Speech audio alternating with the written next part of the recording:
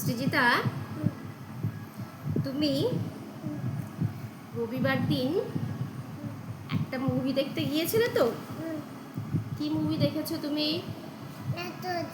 নাটক। আর ভগবান দেখেছো? জানো ভগবানটার নাম কি? কি বলো তো, কি বলো তো, বলো তো, জানো না? নরসিংহ ভগবান। আর মুভিটার নাম হচ্ছে মহা অবতার নরসিংহ। ঠিক আছে, ঠিক আছে, ভালো লেগেছে? ভালো লেগেছে?